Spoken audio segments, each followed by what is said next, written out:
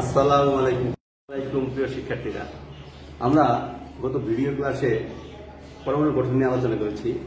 আমাদের কিছু বাকি ছিল, সেটা হলো দুইটা টপিকস। সেটা হলো একটা হলো ইলেকট্রন বিন্যাস এবং মৌলের ধর্ম ও আয়ন। এখন প্রথমে আমরা যেটা আলোচনা করব সেটা হচ্ছে ইলেকট্রন বিন্যাস। ইলেকট্রন বিন্যাস বলতে আমরা গত ক্লাসে আলোচনা করেছিলাম যে পরমাণু কেন্দ্রে প্রোটন এবং নিউট্রন থাকে এবং তার চতুর্পার্শ্বে ইলেকট্রনগুলো ঘোরাফেরা করে নির্দিষ্ট কক্ষপথে। ঠিক এরকম একটা পরমাণু যদি আমরা কল্পনা করি, এটা যদি নিউক্লিয়াস হয়, এর চতুর্পার্শ্বে ইলেকট্রনগুলা কিভাবে অবস্থান করে সেটাই হলো ইলেকট্রন বিন্যাস। একটা নিয়মে সাজানো থাকে, সেটা কিরকম সেটা আমরা এখন আজকে দেখব। এগুলি এক একটা বলতেছিলাম কক্ষপথ, এগুলা কি কক্ষপথ, কক্ষপথ বা ইংরেজি দিয়ে শেল বলে, শেল, কক্ষপথ বা শেল। এই দিক দিয়ে অবস্থান করে এটাকে যদি আমরা কল্পনা করি, এটা একটা কক্ষপথ, এটা একটা কক্ষপথ, এইটা আরেকটা কক্ষপথ এবং এটা আরেকটা কক্ষপথ। এটা কথা যদি চিন্তা করি, এটা কি প্রথম কক্ষপথ, এটা দ্বিতীয় কক্ষপথ, তৃতীয় কক্ষপথ, চতুর্থ কক্ষপথ। এরকম অনেকগুলো কক্ষপথ থাকে। এখন আমাদের জানার বিষয় হলো যে কোন কক্ষপথে কতগুলো ইলেকট্রন অবস্থান করবে।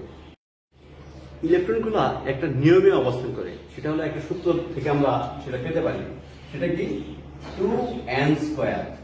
এই একটা সূত্র, এই একটা সূত্র থেকে আমরা কোন কক্ষপথে কতগুলো ইলেকট্রন অবস্থান করবে বা থাকবে, সর্বোচ্চ কতগুলো ইলেকট্রন অবস্থান করবে সেটা আমরা নির্ণয় করতে পারবো। এর মধ্যে এখানে বোঝানো হয়েছে n মানে হচ্ছে কক্ষপথ, নাম্বার অফ কক্ষপথ। n সমান কি কক্ষপথ, অর্থাৎ তাহলে প্রথম কক্ষপথে যদি আমরা চিন্তা করি, প্রথম কক্ষপথ কয়টা ইলেকট্রন করবে? 2n², অর্থাৎ 2 ইন্টু n এর মান 1, 1² সমান 1 ইন্টু 2 ইন্টু 1, অর্থাৎ 2। অর্থাৎ প্রথম কক্ষপথে দুইটা ইলেকট্রন অবস্থান করবে। কয়টা ইলেকট্রন? দুইটা ইলেকট্রন। দ্বিতীয় কক্ষপথে যদি কথা চিন্তা করি আমরা, দ্বিতীয়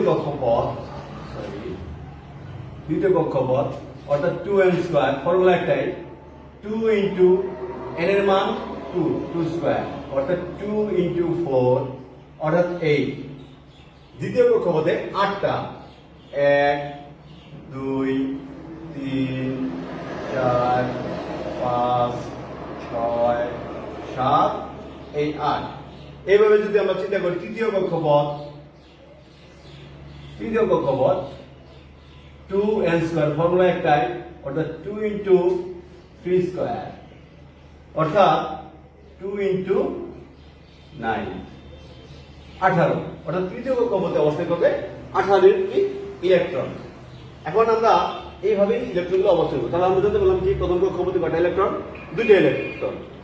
দ্বিতীয় কক্ষপথে 8টা ইলেকট্রন। তৃতীয় কক্ষপথে এই নিয়মে আমরা এই 2n² দিয়ে যতগুলো কক্ষপথ আমরা দিব সবগুলোতেই আমরা পেয়ে যাব। এখন যদি দুইটা পরমাণুর কথা আমরা চিন্তা করি, তাহলে দেখবো যে একটা এখানে কিন্তু আমরা দিয়ে দিচ্ছি, দেখো ইলেকট্রন মানে কি পারমাণবিক সংখ্যা যত, যে পারমাণবিক সংখ্যা যত তার ইলেকট্রন সংখ্যাও ঠিক ততই। এখানে আমরা একটা সিরিয়াল দিয়েছি, গত ক্লাসে দিয়ে দিয়েছিলাম যে একটা সিরিয়ালি ইলেকট্রন সংখ্যা, পারমাণবিক সংখ্যা মানে ইলেকট্রন সংখ্যা। যদি আমরা কল্পনা করি যে কার্বন, কি কার্বন একটা পরমাণু, এক কক্ষপথ, এটা যে প্রথম কক্ষপথ, কয়টা ইলেকট্রন? কার্বনের ইলেকট্রন সংখ্যা হলো 6, 6টা ইলেকট্রন। প্রথম কক্ষপথে 1টা 2টা, বাকি থাকলো কয়টা? 4টা। অর্থাৎ দ্বিতীয় শক্তি স্তরে বা কক্ষপথে 4টা ইলেকট্রন অবস্থান করবে, 1 2 3 4, অর্থাৎ 4টি ইলেকট্রন অবস্থান করবে। তো ধরুন আরেকটা লিথিয়ামের কথা যদি চিন্তা করি আমরা, লিথিয়াম একটা পরমাণু, এটা প্রথম কক্ষপথ। লিথিয়ামের কত? লিথিয়ামের পারমাণবিক সংখ্যা অর্থাৎ ইলেকট্রন সংখ্যা 3, প্রথম কক্ষপথে 2টা, তাহলে বাকি থাকলো কয়টা? 3 থেকে 2 গেলে 1, অর্থাৎ তৃতীয় কক্ষপথে ইলেকট্রন সংখ্যা হবে 1টা। এইভাবে ইলেকট্রনগুলো বিন্যস্ত থাকে এই নিয়মে। পরবর্তীতে যদি আমরা যাই একটা ইয়েতে, মৌলিক পদার্থের ধর্ম ও আয়ন, এখন এই বিষয় নিয়ে আমরা আলোচনা করব। মৌলিক পদার্থ ধর্ম নির্ভর করে এর ইলেকট্রন বিন্যাসের উপর। ইলেকট্রন যেভাবে সাজানো থাকে তার উপরে নির্ভর করে মৌলিক পদার্থের ধর্ম। একটি পরমাণুতে সর্ববহিষ্ঠ স্তরে যতগুলি ইলেকট্রন থাকা দরকার, যদি সেই পরিমাণে ইলেকট্রনই অবস্থান করে তাহলে মৌলিক পদার্থগুলো, সেই মৌলগুলো মানে পরমাণুগুলো কি হয়? স্থিতিশীল বা নিষ্ক্রিয় হয়। যদি আমরা হিলিয়াম পরমাণু কথা চিন্তা করি, আমরা একটা পরমাণু হিলিয়াম,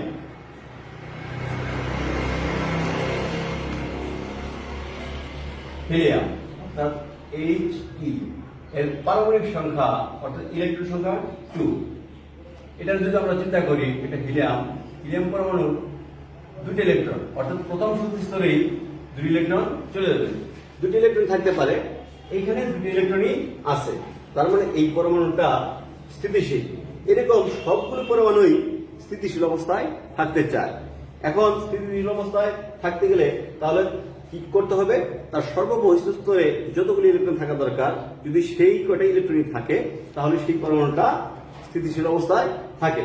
এখন যদি আমরা কল্পনা করি লিথিয়ামের কথা, লিথিয়ামের পরমাণুতে লিথিয়াম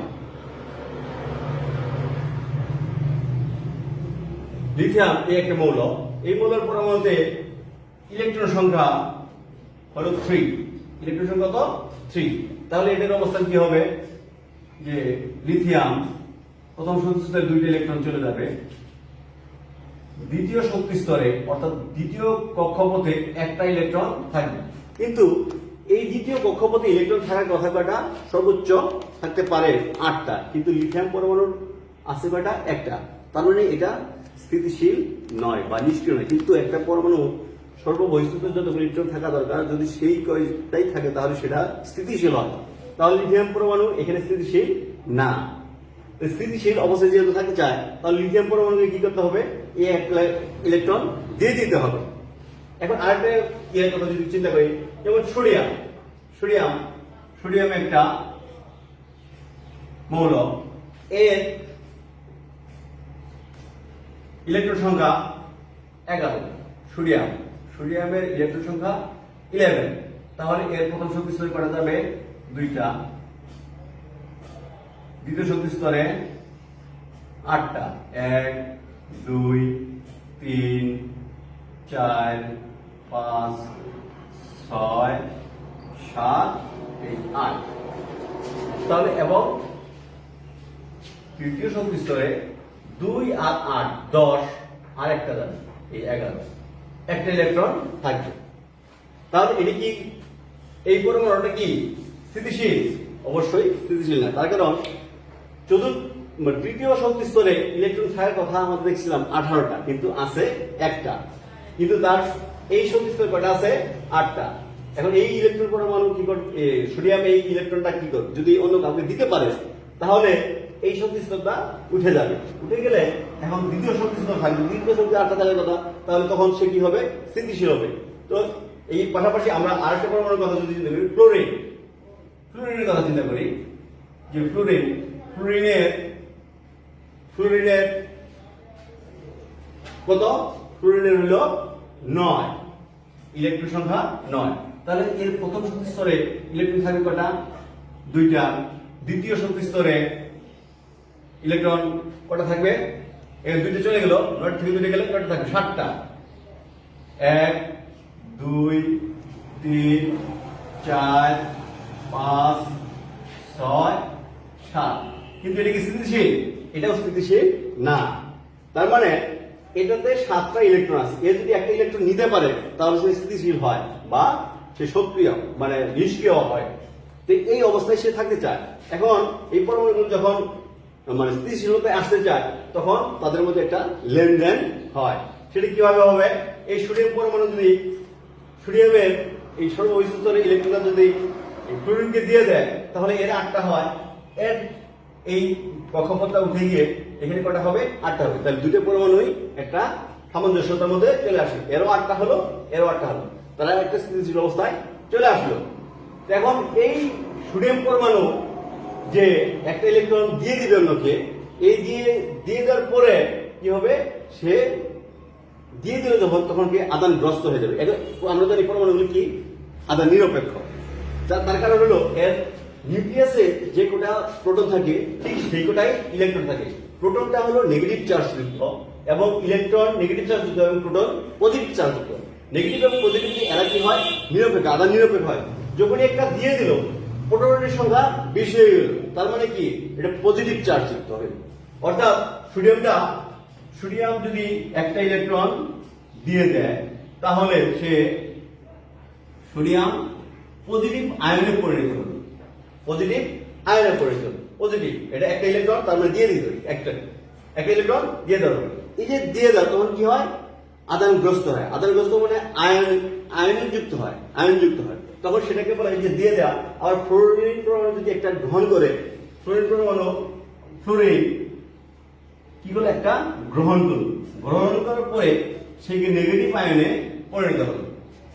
তাহলে একটা সোডিয়াম পরমাণু দিয়ে দিল, আবার ফ্লোরিন পরমাণু গ্রহণ করলো, এটা নেগেটিভ আয়ন যুক্ত হলো, এটা পজিটিভ আয়ন যুক্ত হলো। যখন কোনো পরমাণু আয়ন ইলেকট্রন দিয়ে পজিটিভ আয়নে রূপান্তরিত হয় তখন সেটাকে বলা হয় ক্যাটায়ন। আমরা বললাম প্রথমে কি? আয়ন। আয়ন এখান থেকে সোডিয়ামটা ক্যাটায়নে পরিণত হলো। কিসে? ক্যাটায়ন। অর্থাৎ যখন কোনো পরমাণু ইলেকট্রন দিয়ে ধনাত্মক আধান যুক্ত হয় তখন সেটা হয় ক্যাটায়ন। এবং এখানে ফ্লোরিন পরমাণু, ফ্লোরিন কিসে পরিণত হইল? ইলেকট্রন গ্রহণ করলো, গ্রহণ করার ফলে সে অ্যানায়নে পরিণত হলো। আয়নে পরিণত হলো মানে অ্যানায়নে পরিণত হলো। এখন এই যে ইলেকট্রন দিল একটা, এখানে আমরা কল্পনা করতে পারি এটা চলে গেল, সোডিয়াম একটা ইলেকট্রন দিয়ে দিল কাকে? ফ্লোরিন। এখান থেকে এখানে দিয়ে দিল, লেনদেন হইল। দিয়ে দেওয়ার পরে এটা 8টা দ্বিতীয় কক্ষপথে 8টা ইলেকট্রন যোগ হলো, তাহলে দুটোই কি হলো? স্থিতিশীল অবস্থায় হলো। এখন দেয়া নেওয়ার মাধ্যমে এই যে দিল এবং দিল, এই দেয়া নেওয়ার মাধ্যমে তাদের মধ্যে একটা বন্ধনের সৃষ্টি হয়। সেটাই এই বন্ধনের মাধ্যমেই যৌগের উৎপত্তি হয় বা যৌগ তৈরি করে। এখানে যদি আমরা এটা কল্পনা করি, সোডিয়াম প্লাস ফ্লোরিন কি তৈরি হলো? সোডিয়াম প্লাস ফ্লোরিন, অর্থাৎ বা আমরা লিখতে পারি সোডিয়াম ক্লোরাইড। এইভাবে মৌলগুলো আয়নে পরিণত হয় এবং নতুন করে যৌগ গঠন করে। তাহলে আজ আমরা আলোচনা করলাম ইলেকট্রন বিন্যাস এবং মৌলিক ধর্ম এবং আয়ন। তোমরা ভালো করবে। আজকে এ পর্যন্তই, সবাইকে ধন্যবাদ।